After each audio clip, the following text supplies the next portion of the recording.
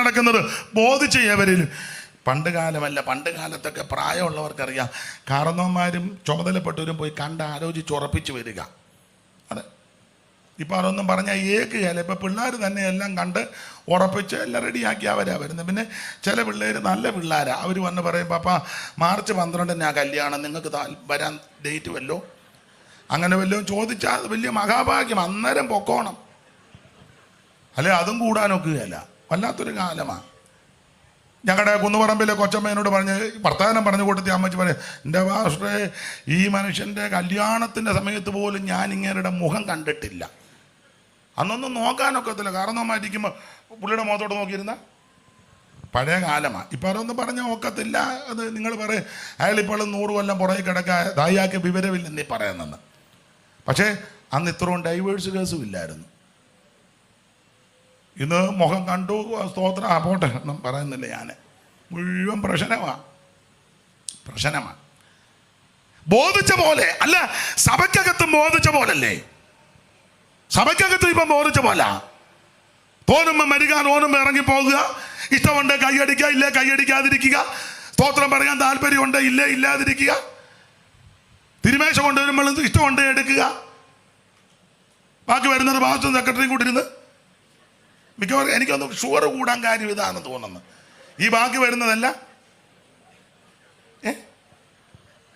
കഴിഞ്ഞ ദിവസം എന്തോ ഒരാളെ കണ്ട് നിന്ന് കുടിക്കുക.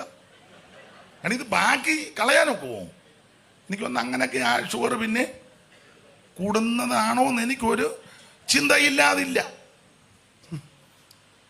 അപ്പൊ ശ്രദ്ധിക്കണം, ബോധിച്ച പോലെ.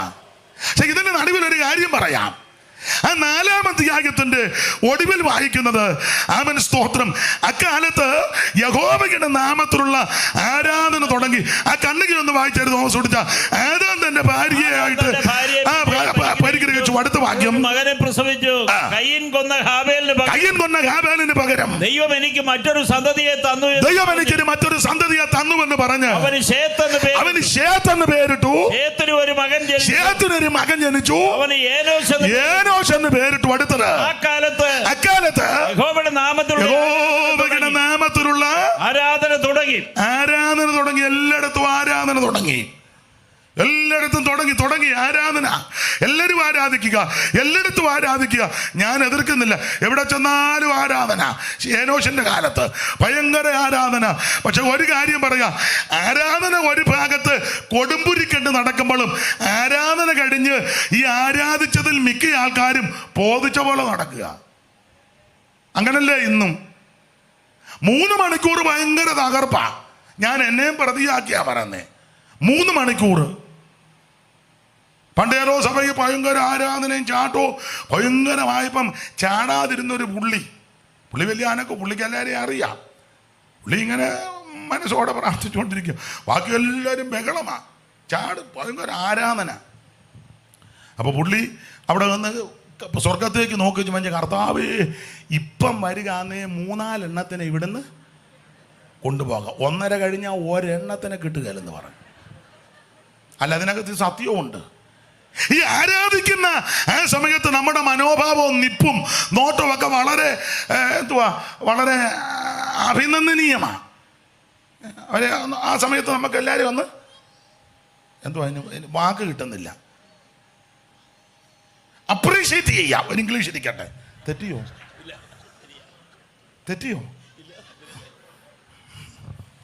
എല്ലാവരും അഭിനന്ദിക്കാം, ശ്ലാഘിക്കാം. പക്ഷെ ഒരു കാര്യം പെന്തിക്കോസുകാരോടും പറയാം, നീ 3 മണിക്കൂർ ആരാധിച്ചേച്ച് 21 മണിക്കൂർ ബോധിച്ച പോലെ നടക്കരുത്. സ്റ്റേജിൽ നിൽക്കുമ്പോഴേ ഞാൻ എന്നെ പ്രതിയാക്കിയാ പറയുന്നേ.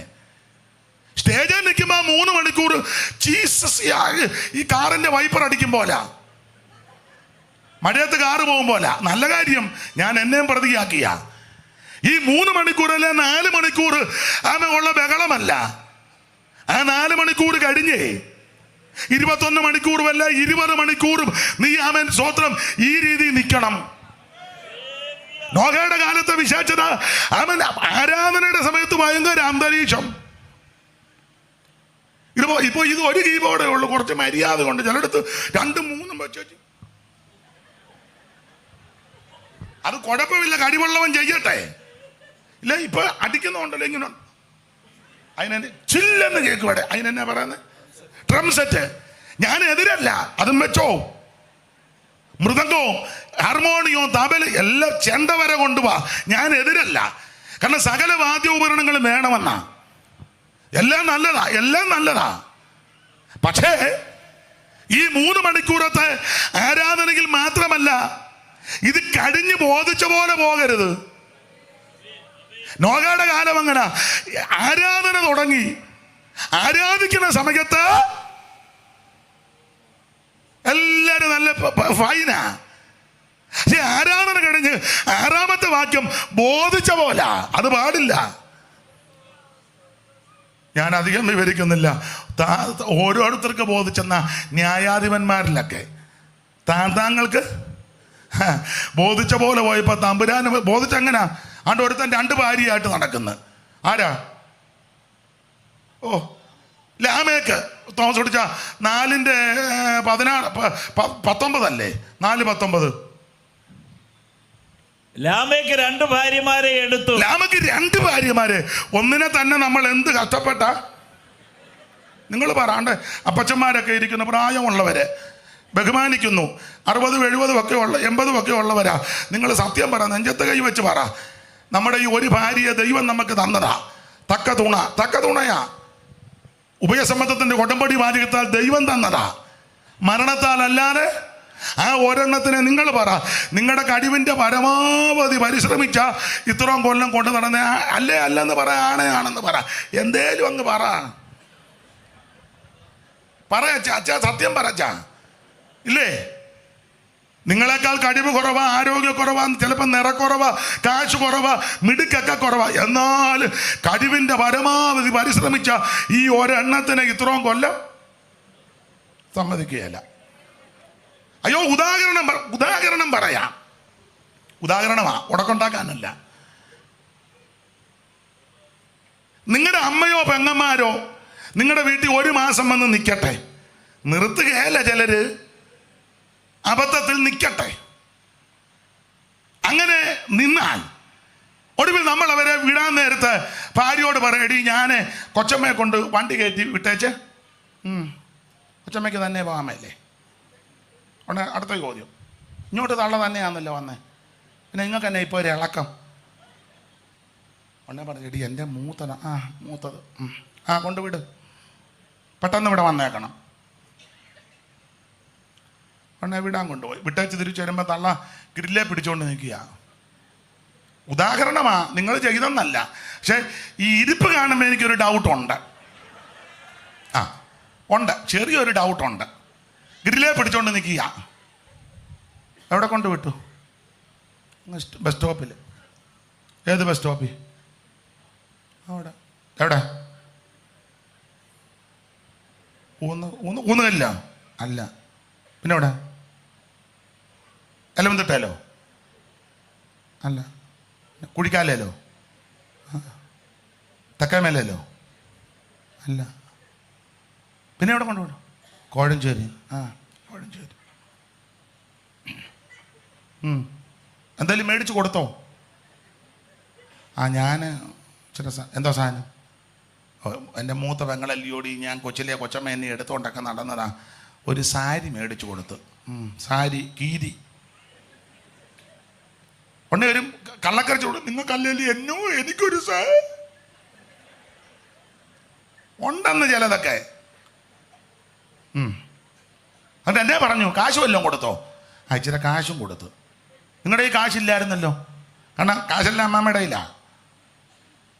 ഞാൻ ആ കടക്കാരനോട് മേടിച്ചു. എന്നിട്ട് എന്തോ പറഞ്ഞു പോയി. കൊച്ചമ്മ പറഞ്ഞു, ഒക്കുന്നെങ്കിൽ അടുത്ത മാസം ഒന്നുകൂടെ. കൊച്ചമ്മ വരികയും ചെയ്യും, നിന്റെ കൂടെ താമസിക്കുകയും ചെയ്യും. അന്നേരം ഈ മറുഭാഷയെല്ലാം അങ്ങ് നിൽക്കും, ഈ ഗ്ലോറി വിക്ടറി ഒക്കെ അങ്ങ് നിൽക്കും. എല്ലാവരുടെയും കാര്യമല്ല, പക്ഷേ ഭർത്താവിൻ്റെ വീട്ടുകാരെയും സ്വന്തം വീട്ടുകാരെയും ഒരുപോലെ കരുതുന്ന, ഒരുപോലെ സ്നേഹിക്കുന്ന, ഒരുപോലെ ആദരിക്കുന്ന മാന്യ സഹോദരിമാരും ഉണ്ട്. വിരളമാണ്, ഇല്ലെന്ന് പറയത്തില്ല. പ്രശ്നമുണ്ടാകും, ഇല്ലേ? ഒരു ഉദാഹരണം പറയാം. നമ്മൾ ജോലിക്ക് പോയി രാവിലെ വീട്ടിൽ നിന്ന് ഇറങ്ങി ഓട്ടോ ഓടിക്കോ, വണ്ടി ഓടിക്കോ, റോഡ് പണിയോ, അല്ലെ ഓഫീസ് പണിയോ, ബിസിനസ് എന്തുമാകട്ടെ, നമ്മുടെ തിരക്ക് കൊണ്ട് ഉദാഹരണമാണ്, ഭക്ഷിക്കാനൊത്തില്ല. ക്ഷീണിച്ചവശനായി വരുമ്പം വീട്ടിൽ നിന്ന് കോള് വരും. എവിടായി? ഞാൻ നാൽക്കാലിക്ക പാലത്തിൻ്റെ അവിടെ ആയി. പിന്നെയും കോള്. എവിടായി? പാലം കഴിഞ്ഞതോട്. നിങ്ങളപ്പോൾ പാലത്തെ നിന്ന് വലിയൊരു വർത്താനം പറഞ്ഞോ?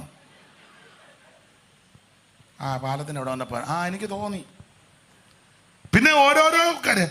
പാല് മേടിച്ചുകൊണ്ട് വരണം, കൊണ്ടുവരാം. വീട് അടുക്കാറായപ്പം ഇച്ചിരി പച്ചക്കറിയും കൂടെ, ഇതൊക്കെ വീട് ആവശ്യമല്ലേ. അടുക്കാറായി പറഞ്ഞു കൊച്ചിന് ബിസ്ക്കറ്റ് തീർന്നു, അതാണ് നീർ തത്തും പോലെ തത്തുന്നതാ, അതും മേടിച്ചു. നമ്മൾ വളരെ ക്ഷീണിച്ചായി വരുന്നത്. അങ്ങനെ വരുമ്പോൾ നമ്മുടെ അമ്മയോ പെങ്ങന്മാരോ വീട്ടിലുണ്ട്. അമ്മയുണ്ടെന്നിരിക്കട്ടെ, എല്ലാവരുമല്ല, ചില സഹോദരിമാർ, എല്ലാവരുടെയും കാര്യമല്ല. അമ്മ അതൊക്കെ ഇരിക്കുക സെറ്റിയല്ലേ, നമ്മൾ കയറി വരുമ്പോ അകത്തോട്ട് ചെന്നോണ്ടേ കഥ കങ്കയാരി, നിങ്ങളോട് ഞാൻ പറഞ്ഞിട്ടുണ്ട് തള്ളേനെ ഇവിടെ. ഇന്ന് രാത്രി ഇവരെ ഇവിടുന്ന് നിങ്ങൾക്ക് തന്നെ ബേബി ഡെക്കറോട്ട് വിട്. ബേബി നിങ്ങളുടെ അനിയനല്ലേ, അവന് നോക്കാൻ മേലേ. ഞാൻ തന്നെ നമ്മൾ മിണ്ടാതെ അമ്മ കേൾക്കും, ഞാൻ മിണ്ടും. എൻ്റെ അമ്മ എന്നെ 10, നിങ്ങളെ മാത്രമല്ല 10, ഞങ്ങളെയൊക്കെ 10. അപ്പം നമ്മളൊരു തരത്തിൽ ഇവളെ ഒന്ന് പറഞ്ഞ് പരിഹരിച്ച് മിണ്ടാതിരിക്കും. ഞാൻ നിനക്ക് ചിക്കിങ് മേടിച്ചു തരും, നിന്നെ ഞാൻ മൂന്നാറിൽ കൊണ്ടുപോകും. മൂന്നാറ്.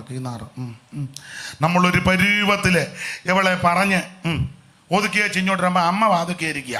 നമ്മൾ ഇറങ്ങി വന്നപ്പം നമ്മൾ ഈ ഭാവവ്യത്യാസം ഇറങ്ങി അമ്മ ജോയിക്കുട്ടിയെ എന്തുവാടാ അവള് പറഞ്ഞേ? അമ്മ അവൾ ചോദിച്ചത് പ്രാർത്ഥനയ്ക്ക് ബണ്ണ് മതിയോ പൊറോട്ട മതിയോ എന്നാ ചോദിച്ചത്. അവൾ അതാന്നോ ചോദിച്ചേ? ഉടനെ അമ്മ ബണ്ണ് മതിയടാ, അതാ എനിക്കും ഇഷ്ടം. അവളതാ പറഞ്ഞ്. അവളുടെ ബണ്ണ് മതിയെന്നാന്നോ പറഞ്ഞേ? നമ്മൾ പിന്നെ ഇരുചെവി അറിയാതെ അമ്മയെ ഓട്ടോയിൽ കയറ്റി ബേബിയുടെ അവിടെ കൊണ്ടുവന്ന്, അപ്പം ബേബിയുടെ അവിടുത്തെ തള്ള വേറെ കൊടുവാളുമായിട്ട് നിൽക്കുക. എന്ത് കഴിവിൻ്റെ പരമാവധി പരിശ്രമിച്ച ഈ ഒരെണ്ണത്തിന് ഇത്രയും കൊല്ലം അമ്മയെ പിണക്കാൻ പറ്റുമോ? ഭാര്യയെ കളയാൻ പറ്റുമോ? സഹോദരങ്ങളെ ഉപേക്ഷിച്ച് അന്നേരം തന്നെ ഒരുത്തൻ 2 എണ്ണത്തിന് എന്തോ കഴിവാ. 2 എണ്ണത്തിന് ഒന്നിനെ നമ്മൾ 2 എണ്ണം. ലാബക്ക് 2 ഭാര്യമാരെ എടുത്തു. പണ്ട് ഞാൻ പ്രസംഗിച്ചപ്പോൾ ഒരു ചെറുക്കൻ ചോദിച്ചു എടുത്തോന്ന്. ഞാൻ പിന്നെ അവനോട് പറഞ്ഞേടാ, എടുത്തെന്ന് പറഞ്ഞാൽ പെണ്ണുങ്ങളെ 2നെയും കൂടെ എടുത്തെന്നല്ല, അവൻ 2 സ്ത്രീകളെ വിവാഹം കഴിച്ചെന്ന്. അപ്പോൾ പറയാൻ വന്നത് ബോധിച്ച പോലെ നടക്കുക. 2 മാത്രമല്ലോ പിള്ളേരുണ്ടായി ഗുണ്ടായിസം. അടുത്ത വാക്യം, 2 ഭാര്യമാർ ആദയും സെല്ലയും. യാബാലിനെ പ്രസവിച്ചു. അവൻ കൂടാരവാസികൾക്ക് പശുപാലകന്മാർക്ക് പിതാവ്. അവന്റെ ബ്രദർ യൂബാൽ. അവൻ കിന്നരവും വേണവും പ്രയോഗിക്കുന്നവർക്ക് പിതാവ്. അവന്റെ ബ്രദർ തൂവൽ കയ്യിൽ പ്രസവിച്ചു. അവൻ ചെമ്പുകൊണ്ട് ഇരുമ്പ് കൊണ്ടും ആയുധങ്ങളെ തീർക്കുന്നവൻ. ചുരുക്കി പറഞ്ഞ കല, സംസ്കാരം, ഗുണ്ടായിസം, അവൻ അടി, കേസ്, വഴക്ക്, ഇങ്ങനെ ബോധിച്ച പോലെ നടക്കുക എന്ന് പറഞ്ഞാൽ മനസ്സിലായോവല്ലോ. അധികം വിവരിക്കുന്നില്ല. 4-ാം അധ്യായത്തിന്റെ ഒടുവിൽ ആരാധന തുടങ്ങി. എൻ്റെ ഭാഷ പറയാ 2-3 മണിക്കൂർ ഭയങ്കര ആരാധന കഴിഞ്ഞ് പിന്നെ ബോധിച്ച പോലെ നടക്കുക. അവൻ 2 ഭാര്യമാരെ ഗുണ്ടായിസം, അടി, കേസ്, വടക്ക്, കോടതി, ബഹളം, എന്തെല്ലാം പ്രശ്നങ്ങളാ. ഇങ്ങനെ ജനം പാപം ചെയ്ത് വഷളത്വം പ്രവർത്തിച്ച് ബോധിച്ച പോലെ നടന്നപ്പോൾ ദൈവം പറഞ്ഞു നോഹയോട് പറയാൻ, ഞാൻ നശിപ്പിക്കും. നീ പെട്ടകം പണിയണം. 300 മുഴം നീളവും 50 മുഴം വീതി 30 മുഴം ഉയരോ ഏകമാം വാതാങ്കനത്തോടെ പെട്ടകം പണിയണം. ആ പെട്ടകത്തിന് ഒരു വാതില്. ഈ പെട്ടകത്തിനകത്ത് മനുഷ്യവർഗം കയറണം. വെള്ളപ്പൊക്കത്താൽ നശിപ്പിക്കാൻ പോകുക. വെള്ളം കുടിച്ച് മരിക്കാതിരിക്കണമെങ്കിൽ ഈ പെട്ടകത്തിൽ കയറണം. എല്ലാവരും ഒന്നും കയറിയില്ല, വിവരിക്കുന്നില്ല. 8 പേര് കയറി. 8 പേര്. ദൈവം തമ്പുരാൻ വാതിലങ്ങടച്ചു. അവൻ താഴത്തെ ഉറവ ദൈവം തുറന്നു. മേളിലത്ത് വിധാനമുണ്ടാക്കിയിട്ട് വെള്ളം വെച്ചില്ലേ, അത് വന്ന് ദൈവം തുറന്നു. താഴെ നിന്നും മേളിൽ നിന്നും ജലപ്രളയം. അവൻ സ്തോത്രം. പെട്ടകം ഉണ്ടാക്കിയ പുള്ളിയും തച്ചുശാസ്ത്രം പറഞ്ഞ പുള്ളിയും അവൻ ചിന്തേറിട്ട പുള്ളിയും തടിവെട്ടാൻ പോയ പുള്ളിയും അത് ചുമന്നോണ്ട് വന്നവനും ഇതിന് എഞ്ചിനീയറും എന്ന് വേണ്ട സകല എണ്ണോ വെള്ളം കുടിച്ച് ആകുക. സൈമൺ സാറ് കൊടുത്തിരിക്കുന്ന ഒരു പദം ഇങ്ങനെ, ചമ്മന്തിക്ക് പോലും ഒരെണ്ണം തന്നെ ഇട്ടില്ലെന്ന്. ചമ്മന്തി അരയ്ക്കാൻ പോലും മുഴുവൻ ചത്തു വീർത്ത്. ഞാനൊരു കാര്യം പറഞ്ഞ് നിർത്താം. ആമേൻ നോഹയുടെ കാലം പോലെ. എന്തുവാ അർത്ഥം? എല്ലാവരും ആരാധിക്കുക, പക്ഷേ പെട്ടകത്തിനകത്ത് കയറി രക്ഷപ്പെട്ടത് എത്ര പേരാ? 8 പേര്. പിന്നെ ആരാധിച്ചവരല്ല എന്ത് ചെയ്യേ? ആരാധിച്ചതല്ലാണ്ട് പിണ്ടിച്ചങ്ങാട് ഒഴുകി നടക്കുന്നത് പോലെ ഒഴുകി നടക്കുന്നു. ഇത് തന്നെ മനുഷ്യപുത്രന്റെ വരവിലും ഉണ്ടാകും എന്ന് പറഞ്ഞാൽ ദൈവപ്രമാണമനുസരിച്ച് പ്രമാണത്തിൽ നിൽക്കുന്നവൻ അവിടുത്തെ വരവിൽ എടുക്കപ്പെടും. എന്താ പെന്തിക്കോസിന്റെ ഉപദേശവും പ്രമാണവും? പെട്ടെന്നങ്ങ് പറഞ്ഞു നിർത്തിയേക്കാം. മാനസാന്തരപ്പെട്ട് രക്ഷിക്കപ്പെടണം, തീർന്നില്ല. വെള്ളത്തിൽ മുങ്ങി പിതാവിൻ്റെയും പുത്രൻ്റെയും പരിശുദ്ധാത്മാവിൻ്റെ നാമത്തിൽ സ്നാനപ്പെടണം, അഭിഷേകം പ്രാപിക്കണം, തിരുമേശ എടുക്കണം, കൂട്ടായ്മ ആചരിക്കണം, പ്രാർത്ഥന കഴിക്കണം. അവൻ ദൈവത്തോടും മനുഷ്യനോടും കുറ്റമറ്റ മനസ്സാക്ഷിയോടെ ജീവിക്കണം. പോരാ, ഓരോ ദിവസവും പ്രസംഗിക്കുന്ന ഞാനും കേൾക്കുന്ന നിങ്ങളും മാനസാന്തരപ്പെട്ട്. അയലത്തുകാരോടൊന്നും മഴക്കുണ്ടാക്കരുത്. നീ ആകളം തുണിച്ചാൽ പോകുകയല്ല. സഹോദരങ്ങളിൽ കൊമ്പ് കോർക്കരുത്, പോക്ക് നടക്കുകയല്ല. കേസ്, കോടതി, വഴക്ക്, പോക്ക് നടക്കുകയല്ല. സഹോദരങ്ങളുടെ വസ്തുവോ അവൻ മറ്റു കാര്യങ്ങൾ അപകരിച്ചെടുക്കരുത്. കള്ളയാധാരം ഉണ്ടാക്കരുത്, പോക്ക് നടക്കുകയല്ല. ആരെയും ചതിക്കരുത്. പാസ്പോർട്ട് കച്ചവടവും വിസ കച്ചവടവും തട്ടിപ്പും വെട്ടിപ്പും നീ മേളിലോട്ട് പോകുകയല്ല. അയലത്തുകാരനെ അതിരുമാന്തരുത്, മേളിൽ പോകുകയല്ല. എന്നെ എല്ലാവരും അങ്ങ് സ്തംഭിച്ചിരിക്കുന്നത്. ഓ, സമയമായല്ലോ, നിർത്തുക. ഏതായാലും ഇത്ര നേരം കേട്ടിരുന്നത് തന്നെ വലിയ കാര്യം. ഒരു കാര്യം പറഞ്ഞ് നിർത്താം. നരകവും ഉണ്ട്, സ്വർഗവും ഉണ്ട്. നരകത്തിൽ ചാകാത്ത പുഴുവും കെടാത്ത തീയുമുണ്ട്. നീ അതിനകത്ത് നിന്ന് പെടരുത്. സ്വർഗത്തിൽ പോകണം. സ്വർഗത്തിൽ പോകാൻ കാശ് മുടക്കൊന്നുമില്ല. ഇരിക്കുന്ന കിടത്തിരുന്ന് കേൾക്കുന്ന കിടത്തിരുന്ന് ഒറ്റ വാക്ക് പറഞ്ഞാൽ മതി, യേശുവേ എന്നെ രക്ഷിക്കണം. ഇന്ന് രാത്രി യേശു നിന്നെ രക്ഷിക്കും. കണ്ണടയ്ക്കാൻ പ്രാർത്ഥിക്കാം. എല്ലാവരും പ്രാർത്ഥിച്ചാട്ടെ. നമ്മെ രക്ഷിക്കുവാൻ കഴിവുള്ള യേശു, വിടിവിക്കുവാൻ കഴിവുള്ള യേശു ഇന്ന് രാത്രി നമ്മുടെ നടുവിൽ വന്നിട്ടുണ്ട്. അല്പസമയങ്ങൾ എല്ലാവരും ദൈവത്തെ മഹത്വപ്പെടുത്തിയാട്ടെ. എല്ലാവരും അല്പസമയം ദൈവത്തെ മഹത്വപ്പെടുത്താം. ഇനി എത്രയും അല്പകാലം കഴിഞ്ഞിട്ട് വരുവാനുള്ളവൻ വരും, ഉറപ്പ്. യേശു പറഞ്ഞു, 2 ദൂതന്മാര് സാക്ഷിച്ചു, 3 നോഹയുടെ കാലം പോലായിരിക്കും. ആ കർത്താവിന്റെ വരവിനായി ഇന്ന് രാത്രി നമുക്ക് ഒരുങ്ങി. എല്ലാവരും അല്പസമയം ദൈവത്തെ ഒന്ന് മഹത്വപ്പെടുത്തിയാട്ടെ. ഹല്ലേലൂയ. ഒരു പഴയ പാട്ടിന്റെ 4 വരിയെ പാടുന്നുള്ള, എല്ലാം പാടാൻ നേരമില്ല. നിങ്ങൾ ആദ്യം മുതലേ പാടി ഊപ്പാട് വന്നിരിക്കുക. ഞാൻ വന്നപ്പോൾ കേട്ടു, പാടി നിങ്ങൾ കുടഞ്ഞിരിക്കുക, ഞാൻ കണ്ടു. അതുകൊണ്ട് ഇനി നിങ്ങൾ അതെ കൊണ്ട് പാടിപ്പിക്കുന്നില്ല. സ്തോത്രം. ഒരു 4 വരി പാടാം. ദൈവത്തിന് സ്തോത്രം. പുത്തനേ യെരൂശലേം ശോഭയായി വിണ്ണൊലി വീശിടുന്ന ദർശനം. പുത്തനേ യെരൂശലേം ശോഭയായി കൈയടിച്ചു ഓ വീശിടുന്ന ദർശനം. നിത്യവും ലഭിച്ചു സ്വന്തം ചിത്തവും വരത്തിലാക്കി സ്വർഗം നോക്കി ഞാൻ ഓടുന്നേ. നിത്യവും ലഭിച്ചു സ്വന്തം ചിത്തം വരത്തിലാക്കി സ്വർഗം കൈയടിച്ച് ചേർന്ന് ഓടുന്നേ. മൽപ്രിയനേ ഇതരേ വന്നു നീ ശുദ്ധരേ ചേർത്തിടേനേ. ആമേ മൽപ്രിയേ കൈയടിച്ച് ചേർന്ന്